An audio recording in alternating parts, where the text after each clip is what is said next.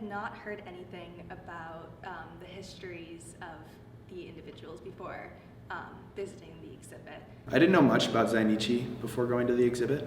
I grew up in Tokyo and my dad's half Korean, but I hadn't really heard the term Zainichi. I had started my study of Japanese literature as an undergraduate. I never ever heard a word in my entire undergraduate career about Zainichi. What is crucial about the exhibit is that it forced us to think of history in a very, very different way. As I quoted Imani Perry in my paper, but the need to go back and look at what has happened and why we are where we are now, and to understand that we need to learn more about our histories, each other's histories. The film was really showing us the kind of bodily pain of people who have to live in this kind of situation where their own lives are just on a daily basis kind of fragmented through forces of history that they were born into. I didn't know that before her there were not many Chinese artists, and then there are artists who actually bring their work to the places like beyond Japan to talk about their history and identity issues. Born in You is a project I initiated in 2019.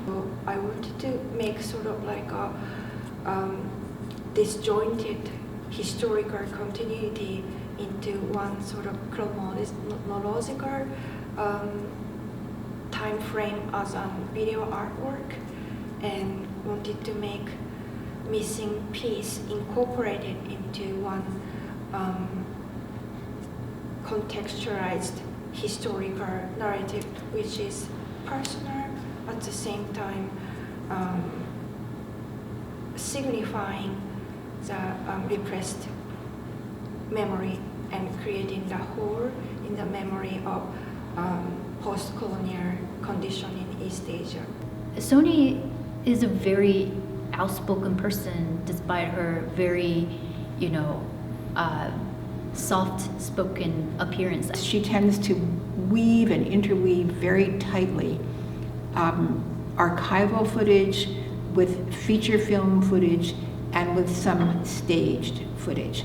With the 3-channel video installation, especially the introduction sequences through history and finding similar identical places across history and bridging time with gorgeous cinematography spliced very, very sensitively with historical video. That really grounded me.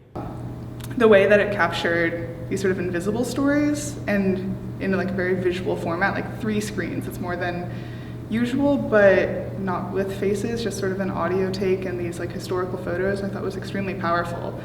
And just that it's so important that contemporary art can also be a part of this process and open up things to more audiences in new ways. Art provides like a platform for individuals to communicate and express aspects of the sort of migratory experience in a way that other disciplines might not. I think particularly it really centers the individual narrative, so like you're seeing real human beings. All of the pieces are communicating the sort of perspectives and unique experiences of the individual, so they aren't just dots on a graph. Remind people of the simple fact that the world is so large and history can be so complex, and people can live life in so many different ways, and we're all sort of we all have a lot of social history framing how we see ourselves.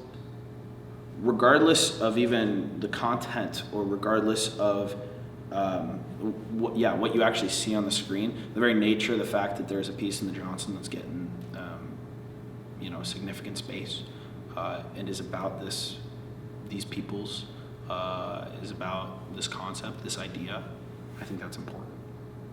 History is not something passive, just remembering, but history requires your participation. I feel like we can inspire a lot of people who might be struggling or suffering alone, and by having contact with these artworks, they can make small transformation one by one.